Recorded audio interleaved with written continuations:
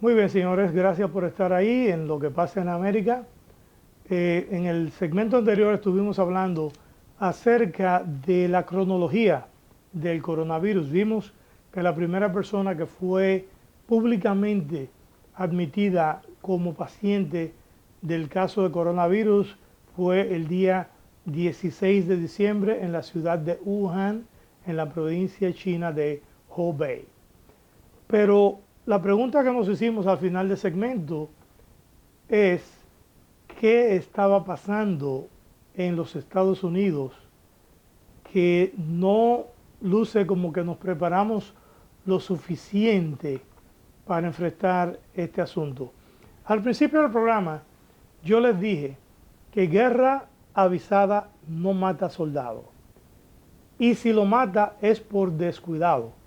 Por lo tanto, si estamos en este atolladero, alguien obviamente se descuidó.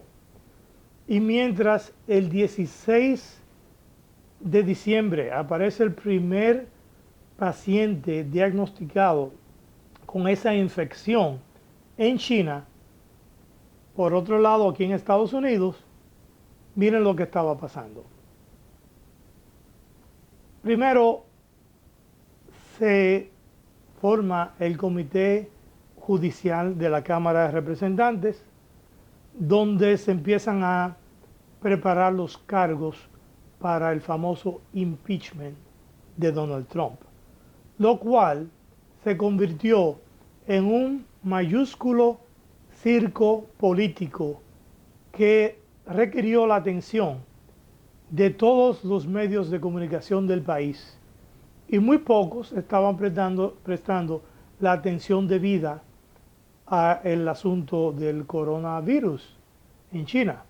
No solo eso, ya dije que el 16 de enero el primer paciente infectado con coronavirus, el primer americano infectado con coronavirus, se presentó aquí en Estados Unidos. El 31 de enero, el presidente Trump decretó un veto a todos los viajes que provengan de China, generando así la protesta mayúscula de casi todos los líderes demócratas, tanto del Senado como aquellos que estaban involucrados en la campaña presidencial. Muchos de ellos llamaron al presidente racista, xenofóbico, histérico, por el simple hecho de que el presidente detuvo los viajes que vengan desde la China hacia los Estados Unidos. Volviendo atrás, el 16 de diciembre se da el primer diagnosticado con el coronavirus en China y el 17 se redactan los artículos de juicio político contra el presidente Trump, lo cual dedicó mucha de la atención del mismo presidente a formar un equipo de defensa para que se prepare. En enero, después que empiezan a aparecer los primeros pacientes en Illinois y en el estado de Washington, en la costa del Pacífico, los demócratas continúan con el circo político del enjuiciamiento contra Donald Trump. Con todo y esto, Trump manda oficiales del Departamento de Salud de Estados Unidos a China a tratar de investigar y exige a la Organización Mundial de la Salud que diga de qué se trata este problema donde ya hay 36 millones de chinos en cuarentena. Nadie arrojó luz con respecto a este asunto. El circo político continúa aquí. El presidente decreta el impedimento de viajes desde China hacia Estados Unidos. Llueven las críticas contra el presidente y continuaron por un tiempo. Aquí en la en el estado de Nueva York, aparecen los primeros contagiados. ¿Qué pasa? Y vuelvo y reitero, si guerra avisada no mata soldados, ¿cómo nos preparamos en Nueva York para este problema? Señores, yo vengo de la República Dominicana y ustedes muchos también. Y todos sabemos que cuando se anuncia que hay un huracán en la costa de África que tiene una trayectoria que puede afectar a la República Dominicana, Puerto Rico y las islas del Caribe, todo el mundo le da seguimiento, todo el mundo está atento a lo que va a pasar. Y según se va acercando, entonces las autoridades empiezan a hacer preparativos. Lo que estamos viviendo ahora es un huracán económico, un huracán político, un huracán en el aspecto de la salud que no tiene paralelo en la historia del mundo. Ha afectado hasta ahora 140 países en todo el mundo. Y la pregunta es, ante ese huracán, ¿cuáles fueron los preparativos que tomamos? Nosotros escuchamos, después que aparecieron los primeros casos en Estados Unidos y en el estado de Nueva York, vimos que líderes políticos de Nueva York estaban llamando a que visitáramos el sector de Chinatown en Downtown Manhattan y que fuéramos a apoyar a los negocios de la comunidad china. ¿Por qué? Porque la gente fue un poquito más sabio que los líderes políticos. La gente desertó esas áreas y decidió no asistir a esas actividades donde generalmente se celebra el Año Nuevo Chino. La gente se desapareció de ahí.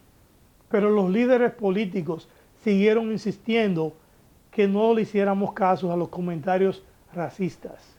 Decían que esto del coronavirus no teníamos de qué tanto preocuparnos, ya que la influenza mata miles de personas todos los años en los Estados Unidos.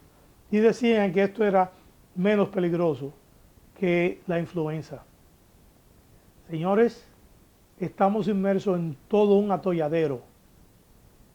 Y no hicimos lo que hacen los países del Caribe, que se preparan cuando se avecina un huracán. ¿Cuáles son los preparativos que hemos tomado aquí? Aparecen infectados en el condado de Westchester. Y sin embargo, no tomamos las precauciones para aislar a las personas que presentaron los primeros casos en Manhattan. Ahora mismo en la ciudad de Nueva York hay más de 35,000 infectados porque no se tomaron las medidas adecuadas a tiempo.